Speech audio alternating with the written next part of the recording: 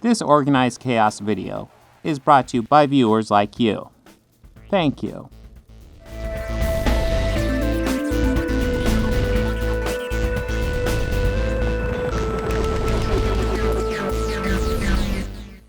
Please react to Critical Drinkers Wakanda Forever review. Let's see if we have time. That is absolutely on the table. I think I've had other people ask me for it. Hello, Robert. Let me... Oh, it's live there. All right. Now I should be able to keep track of you guys. So yeah, actually I want to start with something fun. But I feel like Dane kind of spoiled it because it was the video he ended with. One of the videos he ended with was one of the ones I wanted to start with. But I want to talk about the Phantom Initiative because I'm really excited about it, and he's doing a great job putting those videos together. And fuck it, we're just going to watch that video again. So let me get this set up because I forgot to do it beforehand. Because live streaming is like that. Okay.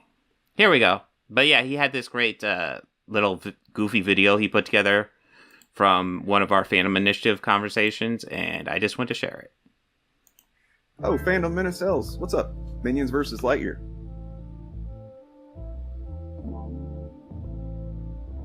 At least that one is two movies that are kind of competing for the same audience, right? Yeah. Like I say, that hardcore gay sex scene in Lightyear, maybe a bit much. It wasn't a blink and you miss it same-sex kiss. I was so surprised when they just went at it, it was too much. Who knew that Buzz was referring to this giant dildo? Oh yeah! Yeah, that's what he was named after.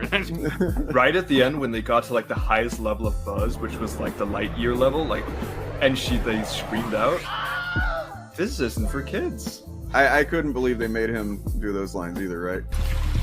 Let's see if these moves language.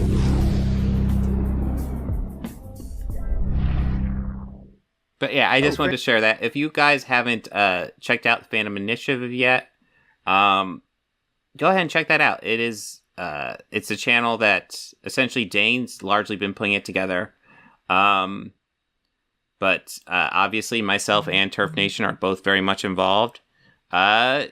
Pretty excited about it. It's actually building up some steam fairly well. Let me go ahead and bring it up for you guys. All right, so here we are.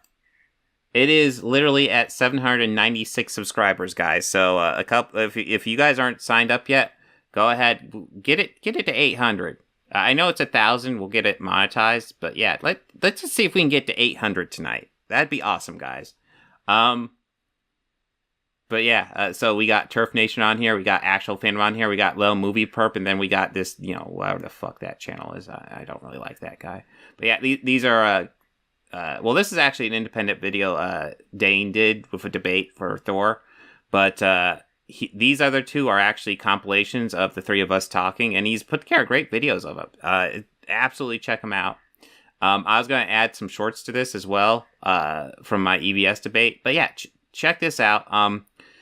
Probably once we hit to 1,000 subscribers, we'll look into actually just streaming straight to this channel. But yeah, I'm getting pretty excited. I wasn't expecting this much interest behind it. The subs are growing quickly. So this is pretty exciting. But yeah, let's see. So I know somebody was asking for Critical Drinkers Wakanda Forever. So yeah, we will go ahead and do that. I'm sure he will have fair and balanced views on this movie, and it will be very substantial and well thought out. You don't need some asshole because that's how he works. That's who he is.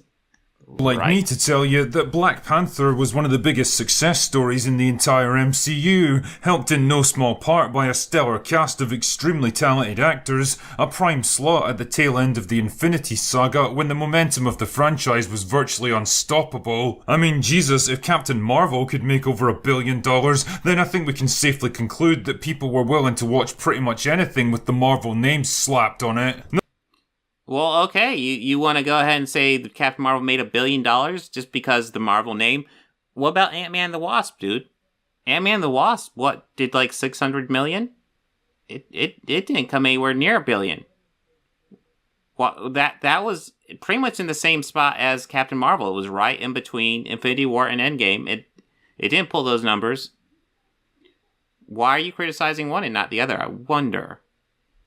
Not to mention a powerful socio-political movement that for some reason decided to make this movie its chosen champion, much to Disney's non-dismay. Either way, whatever its objective merits, Black Panther was a smash hit with critics and audiences alike. The question is, what happens when you take away all those vital props and advantages and replace them with nothing at all? Well, you end up with Wakanda Forever, a bloated, preachy, tedious, self-important, clumsily written mess of a film with an uninspiring protagonist, a tenuous plot, ridiculous action sequences, highly questionable morality, and the most boring, forgettable MCU villain since this guy. And apart from a couple of...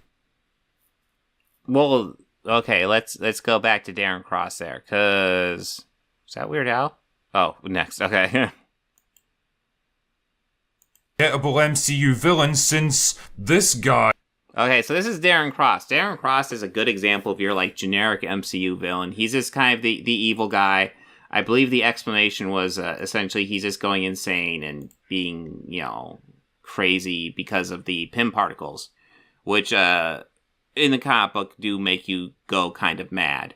That being said, he's not the most bland MCU villain ever, so it's not a good example, because by far the most bland MCU villain was Malekith. I don't really even think that's a hot take. Everybody knows that. As for the main villain in Wakanda Forever, which would be Namor, he is a character that it's interesting. My take on this movie is I like him as a character. He doesn't thrill me as a villain. Naming him like he's nothing like Darren Cross, though, so that's a weird thing, because he's not like insane or anything. He's like defending his people from perceived threats. It's totally different from Darren Cross. So it's a weird comparison to make, I think. Now, Darren Cross is not the worst MCU villain. He does fall into the, insane, crazy trappings, but he's not the worst MCU villain. And Namor, the issues with Namor are completely different. So it's weird. And apart from a couple of genuinely poignant and heartwarming scenes at the very start and end, it made me feel... By the way, can we watch Emil... Oh, I think I saw part of that, Mikhail. I think I saw part of that. So yeah, I would be interested in checking that out. Feel absolutely nothing. Well, apart from mild boredom and irritation. In short, just as I said on my stream the other day, Wakanda Forever is to Black Panther what Wonder Woman 1984 was to its predecessor. Both movies are proof that you can't catch lightning in a bottle, especially when... Were Black Panther and Wonder Woman really lightning in a bottle? I don't know if that quite qualifies for them. They're superhero movies, and they're very, very good superhero movies, but they're not, like, the best of the genre ever. So, like, I don't think that's an apt thing to say. When your bottle's completely broken. Anyway, let's get the plot summary over with. And I apologise in advance for the lack of relevant footage on this one, but let's be real here, the film's just out and it's basically impossible to put anything comprehensive in without getting a copyright strike. But such is life. All this stuff is copyrighted. Actually, the newer stuff's less likely to be copyrighted than the older stuff. Like, I'm pretty sure, like, some of the stuff that was shown on She-Hulk, I'm pretty sure at least the first episode of that is not copyrighted. Yeah, and that just reeks of laziness. The fact that he's not willing to add, like, trailer footage from Wakanda Forever tells me that he just edited this together early. Let's see how many facts he actually gets in here, because that's very suspicious to me. You can get trailer footage. So the movie opens with Shuri working frantically in her lab in Wakanda. Her brother T'Challa is dying from an unknown illness, and the only thing that can save... Is he just gonna do a full fucking synopsis of the movie? Oh, fuck, dude. Just give the highlights. Fuck. Save him is the magical bullshit herb that first turned him into Black Panther. I mean, I was under the impression that the herb grants permanent strength and health benefits after a single dose, but whatever. I guess if you get really ill, you have to take more to reinforce it. That was the implication. The implication is that he got really ill. I guess it was too fucking subtle for you? Jesus. or something. The problem is that all the herbs were destroyed by Captain Mega Kill from the first movie, so Shuri's only option is to try to synthesize a new batch. It's very clear that her work isn't going to be successful, and even Wakandan Jarvis urges her to give it up and be by her brother's side in his final moments, but she refuses to stop. She keeps working. Well, they just showed trailer footage there. What the hell? Because it's the only way she knows how to deal with the situation. She's a woman grounded in science and technology, and she's used to finding solutions to almost any problem. But right here, when she needs it the most, all of her knowledge and intellect can't help her. And well, the results are inevitable. It's a well-written, perfectly directed, and brilliantly acted scene that hits like a ton of bricks. And for a brief moment... I agree. That opening scene is rough. I'm in agreement with Drinkler, bro. I'm sure he's going to go off the rails at some point because he always does, but yes. It raised my hopes that this film was about to defy my expectations and give me something genuinely awesome. Then I saw the rest of it. I should contrast this with Captain Midnight's own Wakanda Forever review. I actually recently saw a clip from an EFAP. I think they were covering Captain Midnight. I might play that one.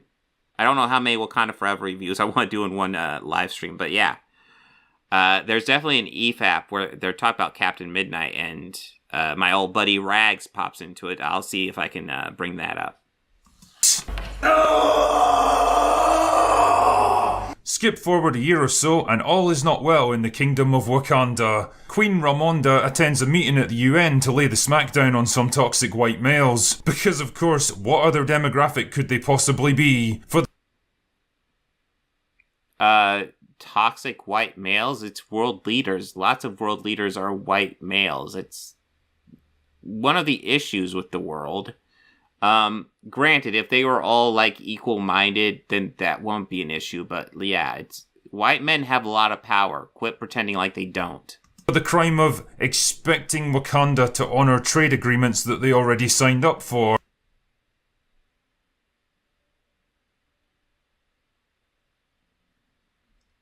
Basically, the Wakandans had agreed to share their vibranium with the rest of the world to help them combat possible threats to global security, but now she's like, nah.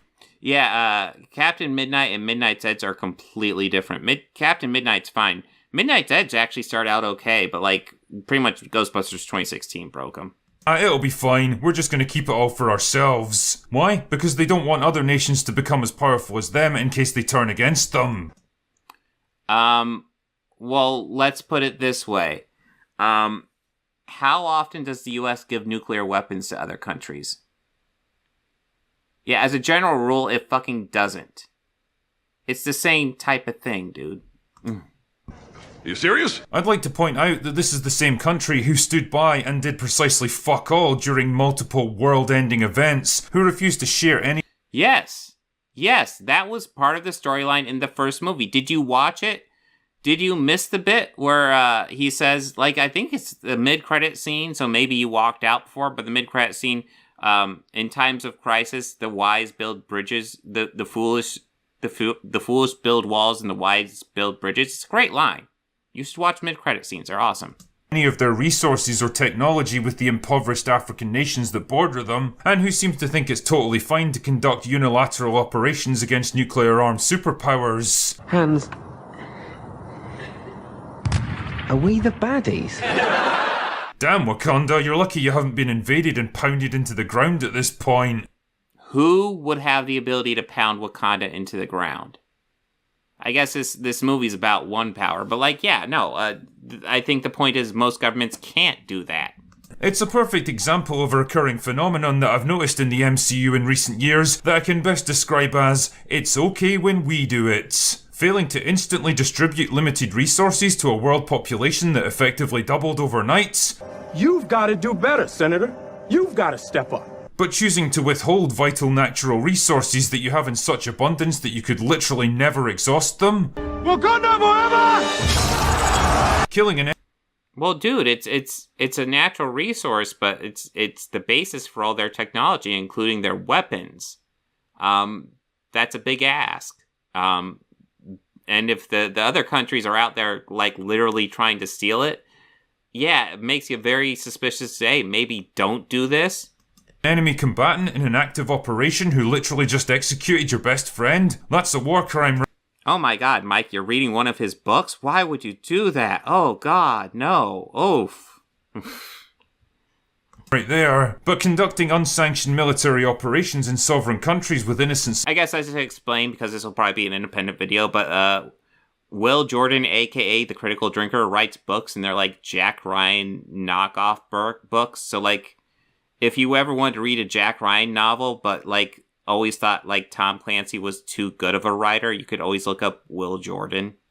Civilians all around. The Dora Milaje have jurisdiction wherever the Dora Milaje find themselves to be.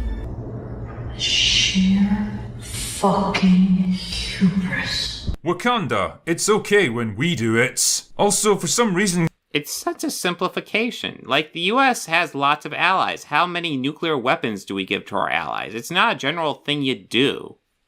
Characters keep claiming that Wakanda is the most powerful nation on Earth now, but I'm genuinely struggling to understand how they reached that conclusion. They're a small Central African country with a grand total of 1 city, and they go into battle armed with spears, shields, and rhinos. Somehow... And like a whole bunch of lasers and shit.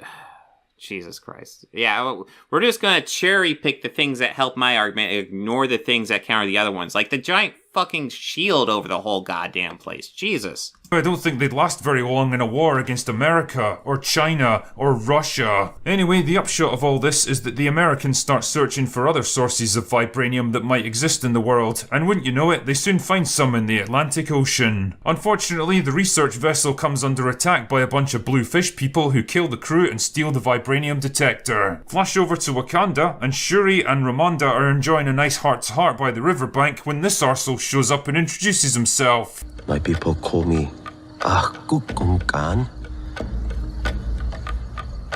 but my enemies call me Namor. Nah, fuck that. I'm calling you Ocean Man from now on, mate.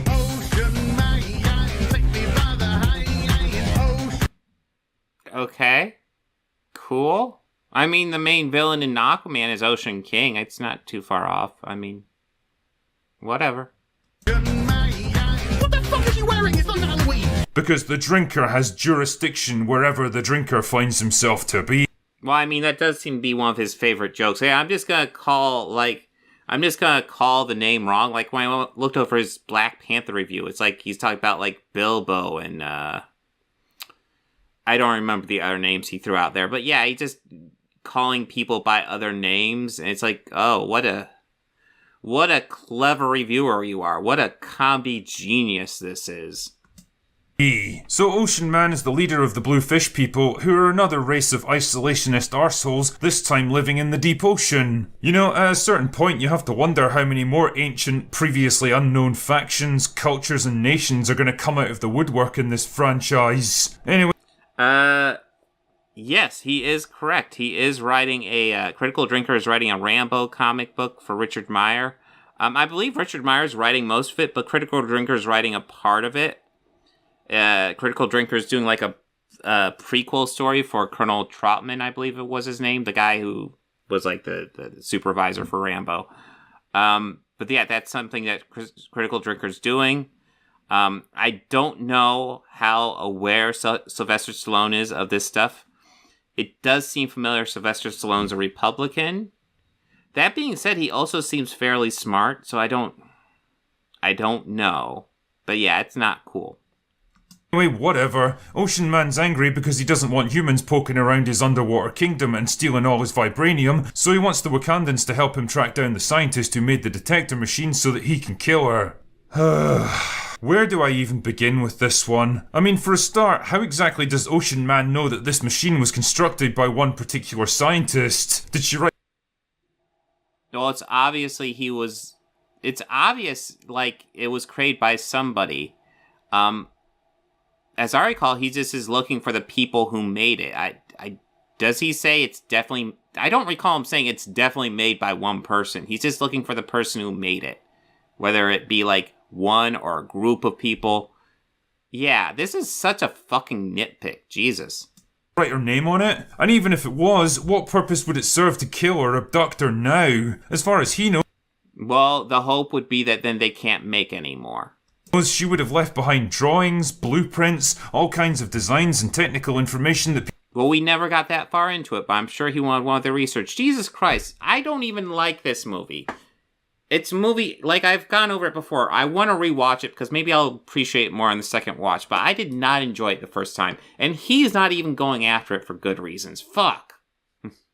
people could use to construct another one. Shit, man, even Tony Stark had to design his first Iron Man suit before he started building it. It would be like taking out Robert Oppenheimer after the bombings of Hiroshima. It's a bit late for that now, mate. The cat's out of the bag. Also, none of this means anything anyway because the Americans already know exactly where the vibranium is. I mean, do you really think that ship you attacked wouldn't have logged its position, or been tracked by satellites, drones, and global positioning systems, or called in what they'd found before you killed them all? The fact that the ship was... He doesn't know, and who knows? Maybe they don't. Like, he literally just doesn't know. Was attacked in international waters would be a very obvious red flag to the Americans that they'd found exactly what they were looking for and that someone was trying to stop them. It also is a clear signal of, hey, don't fuck with us. That was clearly the signal he was trying to send with that. All of this puts the Wakandans in a pretty awkward position because the Americans believe they were responsible for the attack. I mean, if that's the case, then such an attack would definitely be considered an act of war that would almost definitely lead to military retaliation, but... Not necessarily. People don't want to jump into war as a general rule. They do. I mean, we get into some dumb fucking wars, but not all the time. And do we want to necessarily jump into war with some place like Wakanda, who has a technology level that we have no idea what it's capable of? Do we want to just jump to war with them? That seems like a really stupid move. Apparently everyone's chill about it for now, so whatever. Either way, the Wakandans have to do something, so Okoye and Shuri decide to go after the scientist and bring her in. And to find her, they contact Bilbo Baggins, because I guess these movies have... Oh yes, let's call him Bilbo, because he did that in that other video. Fuck, dude. Everett Ross. Everett fucking Ross. Haven't humiliated Martin Freeman enough yet. Oh, and if you want a little example of the fucking horrendous pacing of this movie that resulted in it almost being 3 hours long, then allow me to set the scene for you. So Bilbo Baggins is out jogging in the woods when a mosquito Everett Ross, dude. starts pestering him. He tries to swat it away, but it keeps hovering in front of him like it's trying to get his attention. Eventually, he realizes it's not actually a mosquito, it's a miniature drone that wants him to follow it. So he duly follows it through the woods, not suspecting that this could be anything sinister, where it eventually leads him to Okoye and Shuri. Fucking why? What? Well, like, okay, I have issues, but again, what's wrong with that scene? It's obviously showing their advanced technology and their way of getting his attention without being fucking obvious about it. What was the point in any of this? If you wanted to make contact with the guy, why didn't you just hide behind the bush and grab him while he was running? Or wait on the path ahead of him so he'd literally run straight into you? Well, wait on the path. Well, I assume they don't want to be on the path, number one. And number two, why don't you just jump him? Gee whiz, well, yeah, why don't you just jump a CIA officer? Because that always works out great. I mean, you're already out in the middle of fucking nowhere anyway. Why did you have to lead him further into the woods? Why does this movie keep setting up stuff who's... Just to bring him off the track. What is your issue with this? Jesus. Only purpose is to waste our time. Oh, and in case you're thinking this is just set up for some cool payoff later, it isn't. The mosquito drone is literally never seen nor mentioned again. Fucking awesome writing, guys. And of course, Bilbo immediately spilled... Not everything has to be foreshadowing. God damn it. Crazy thing is, I wonder if he knows better and he's just playing this dumb character. Like, you know, I'm gonna pretend to be drunk and review movies poorly. And somehow now everybody takes him like he's a serious fucking critic. Spills his guts and gives away vitally important national security information by telling them where to find the scientist, because that's what elite CIA operatives are supposed to do, right? Not a great plan. Seriously, dude, how the fuck did you even get this job? So they go to the university where the scientist works, and wouldn't you know it, it's a 19-year-old college student named Riri Williams. Better known from the comic books as a cheap, idealized knockoff of Tony Stark, minus the flaws, personality, and charisma. Okay, so I said this before. I'm going to fucking say it again. The theater cheered when Ironheart popped up. They cheered. Don't give me this shit about, oh, it's just a knockoff Iron Man that nobody cares about. People care about Ironheart, so shut the fuck up about it. Just because you don't care doesn't mean you represent the entire population of the fucking world, dude. Get out of your fucking bubble. And she also builds quantum supercomputers and Iron Man suits out of scrap materials in her spare time, because fuck it, of course she does. Yes, because she's a genius. Tony Stark built Iron Man in a cave, and she's probably reverse engineering, probably has access to some of his tech, probably not a lot of the Iron Man tech, but a lot of his tech, and she's reverse engineering shit and figuring it out. If he can build it in a cave, she could build it on a college campus. Honestly, I can't wait until we get to the point where weapons and technology are designed by 2-year-olds who invented surgical implements while still in the womb so they could perform a cesarean section on themselves. Why is it an issue that she's smart enough to figure out this technology? Why can Tony Stark figure it out in a cave, but Riri Williams can't figure it out on a college campus? The fuck, man?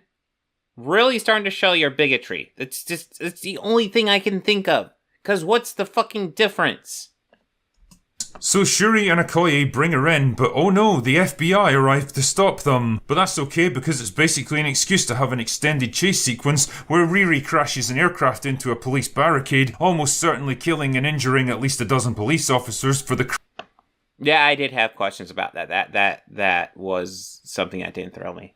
Crime of doing their jobs. But oh no, Ocean Man and his blue fish people show up and capture Shuri. Oh! He's like, I don't have clips, but here's some fucking cam footage. And Riri. Wait, does that make them Shuriri? Anyway, he takes them down to his underwater No, it doesn't. kingdom to persuade Shuri to join forces with him, because apparently he's decided the best solution now is to kill every single person on the surface. Boy, that escalated quickly.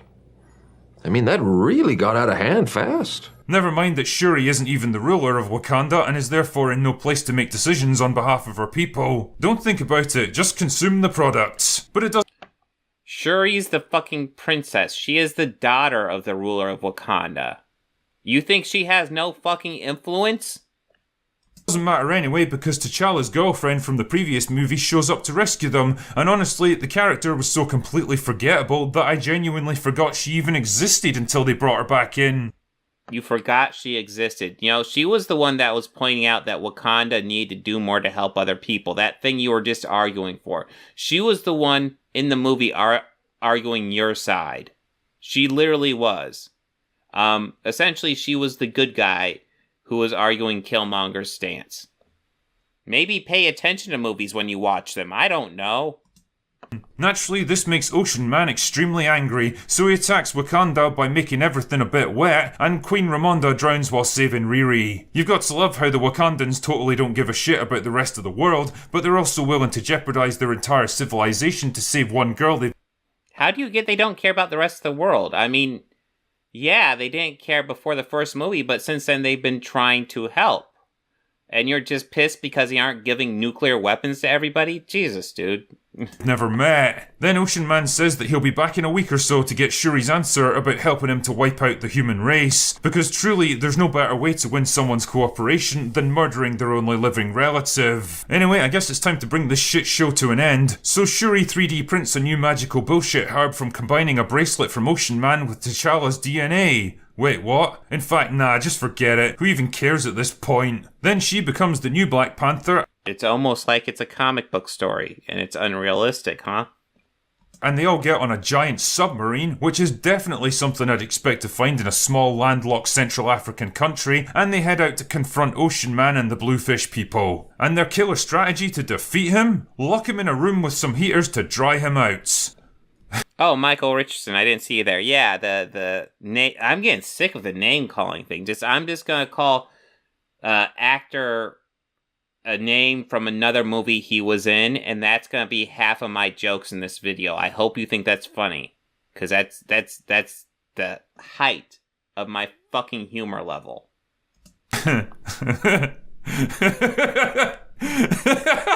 You know, See, he thinks it's hilarious too. I'm not entirely convinced this movie isn't just some elaborate troll. So there's a whole bunch of CGI fighting and bloodless killing, and Shuri More cam footage, dude. You just said you don't have the ability to get footage from this, and now you got cam footage. Jesus. gets a spear shoved right through her stomach, almost severing her entire spinal column, but she's like, nah, it'll be fine. Then she blasts Almost like she's got superpowers or some shit. him with the afterburner from an engine, and he gives up, and everything goes back to the way it was before. And that's it. That's the plot for Wakanda Forever. Jesus fuck mothering That's like the whole fucking story from Wakanda Forever, dude. Christ, what a mess this film is. Somehow managing to combine all the worst tendencies of the MCU, the overuse of bad CGI, the ridiculous levels of technology.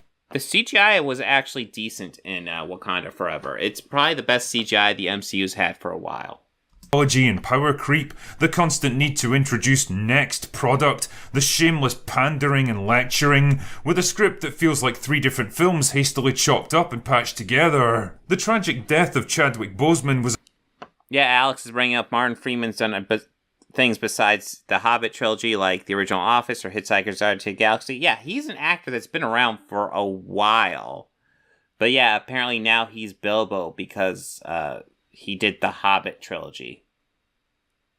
was a huge loss, both to Hollywood in general and to this film in particular, and clearly the script had to be rewritten to accommodate it. But what it really needed was a complete rewrite from top to bottom, and it absolutely didn't get it. What we have here feels rushed and haphazard, like characters were swapped around at the 11th hour without any thought for how it impacts the overall story. People can be having moody contemplations on the nature of loss, death. I don't know if the characters were swapped around really that severely. Like, I can definitely tell you characters were swapped around a bit, but it's mainly, T'Challa was pretty much swapped in for Shuri, for the most part. That's most of the swapping they did. Death and grief one minute, and then cracking jokes and smiling the next like nothing even happened. Yes, because human beings do shit like that. They will jump between being upset and then cracking a joke. That's a thing human beings fucking do. It's so weird and jarring, and it doesn't fit with the film's themes of how people cope with personal tragedy, partly because it's the MCU, so we can't go more than a few minutes without some forced goofy humour, and partly because this is all leftovers from a very different version of the scripts. Like I say, it should have been properly rewritten, but like everything with Marvel, it has to all be done as quickly as possible. We've got to produce new products every couple of weeks, or people will forget that we even existed. Go, go, go, don't think about it, just get it done. Speaking of things that totally don't fit with this film, Ocean Man has got to be one of the worst antagonists in MCU history, and that's fucking saying something, believe me. His backstory is tedious and convoluted, and delivered by a long-winded info dump that actually made me leave the cinema for a couple of minutes to go Oh, so you didn't even sit down through the whole thing. I liked his backstory. I thought they did a good job with it. It's not traditional Namor backstory, but I did enjoy it. for shits. And I couldn't believe it, but it was still going by the time I got back. He's not in the least in God, it pisses me off when characters have depth and backstory. God damn it, I wish they wouldn't do that. Jeez, that's what he's saying right now. It's fun. intimidating or powerful to look at. You don't get a strong sense of what motivates him or what his thought processes are, and generally, he looks completely ridiculous. I mean, Killmonger wasn't exactly a complicated villain either, and I can't say his plan made a huge amount of sense overall, but you at least understood where the guy was coming from. Ocean Man says and does whatever the plot needs him to do to make the next thing happen, and that's His plot is that he's concerned because, I can't remember the name, but essentially Atlantis is potentially under threat, and he doesn't like that, so he's going to be cock the walk and show off his power. basically it. There's a weak, half-arsed attempt to tie his personal experiences in with Shuri's and tease the idea that grief and sadness could ultimately turn her evil, but it doesn't work at all because the two characters are coming at it from wildly different directions. Again, a complete rewrite of the script from the ground up might have fixed this, but like everything else at Marvel these days, A complete rewrite of the script from the ground up might have fixed this. That's literally just like, oh, you know what might have fixed this? Fucking redo the entire fucking movie. I mean, yeah, no, that's such a minor thing to ask. It's a minor thing. Jesus, dude. getting the next product out there was way more important than Yeah, Alex is pointing out that Namor is traditionally more of an anti-hero than a total villain, which is absolutely true. That is how he usually works, which is pretty much how he is in this movie. Part of my issue is I don't really feel like they make him go dark enough. Like, I would like to see him face some sort of tragedy where it really feels like he's going dark. And it never really feels like it gets that far. Artistic integrity. Speaking of next product, Riri Williams is an absolutely pointless addition to this film. She's Theater cried out when they saw her. They were excited. Just because you don't like her, fucking grow up. You're not the only person in the world, you fucking baby. You know, we're getting lots of cam footage. I wonder if he even went to a theater. He might have just watched a cam footage version of this. She's there because they needed a platform to launch the character, and this was the most convenient way to do it, I guess. She does almost nothing throughout the whole film, apart from killing police officers. She has no particular character arc or personal journey, and even her skills. Yeah, she's a supporting character. Supporting characters frequently don't have arcs. It's nice when they do, but they don't always have to. She's not even a major supporting character. Like, we're looking at Okoye right now. She has a little arc in this movie, and she's a supporting character. Riri Williams has less to do with than Okoye. Set completely overlaps with Shuri's. They're both insanely talented teenage mega geniuses who can build anything and solve any scientific problem, which kind of makes you wonder why we needed two of them. Because they're different characters and they serve different purposes in this story? They can. Why? Basically, she's just a plot device that people fight over, and for some reason, she's treated like the most important person in the entire world, like she really is the girl who's the key to everything. And while I'm talking about Shuri, I might as well get this one out there. She is a bad choice to replace T'Challa. I mean, come on, there was never any doubt that they'd choose a woman to be the next Black Panther, but why her of all Why her? Because she's actually the logical next in line, dude. people? Okoye would have been a much more logical choice, and even T'Challa's girlfriend might have worked, but Shuri's supposed to be a geeky side character. Yeah, and then you would complain if it was them too, so we know this song and dance. She's there to be snarky and funny. She doesn't have the depth or personality to take on this kind of role. That's why they had to develop her. I mean, don't get me wrong, she's definitely less smug and abrasive than in previous movies, but there's no getting around the fact that she's just not that interesting as a person. The fact that Letitia Wright makes Jesus. a garden rake look morbidly obese doesn't exactly help when it comes to the fight scenes. She looks frail and awkward. I'm sure he would complain if she was overweight as well. This is just 101. Just complain about women's looks. Why not? Even in the Black Panther costume, and I absolutely couldn't buy into her fight with Ocean Man. I'm also getting a bit fucking tired of Madam Hydra, who keeps cropping up in things just to remind us that she's a character that exists. Yeah, you know, I hate how Phase 4 isn't doing anything, and I hate how Phase 4 keeps on introducing these ideas that progress Phase 4 forward. It's like, you can't fucking win with these people. It's ridiculous.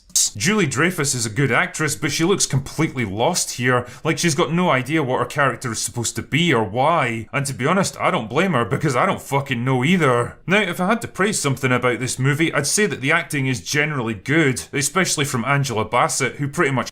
Yeah, Namor is another villain leading antagonist leading an army of interchangeable minions. Yep.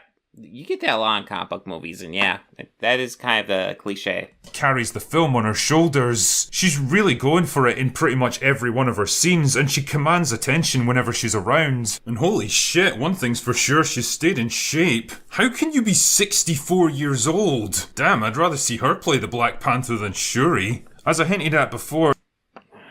Cool, let's objectify all women. Cool.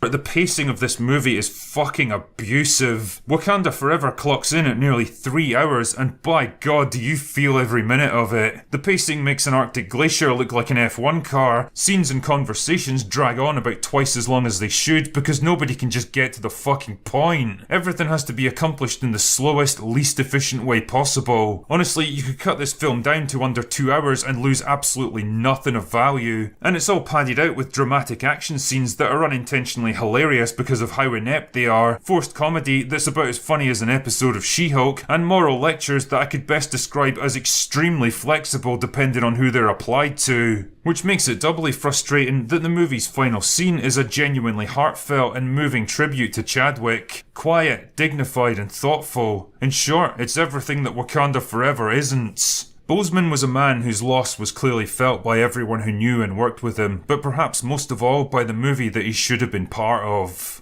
And that pretty much wraps it up for me. But just before I leave, I wanted to thank everyone for the incredible response to the Rogue Elements Kickstarter that we launched. We've raised an incredible amount of money already. Okay, yeah, he's doing a short film based on his not Jack Ryan character. Ugh. That was a bad review. That's just a bad review. I don't have much else to say.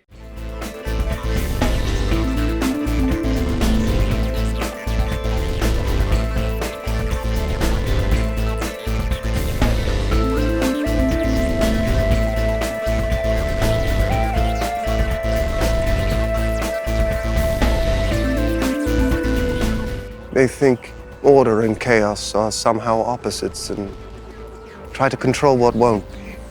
Do you enjoy pain? Pain don't hurt.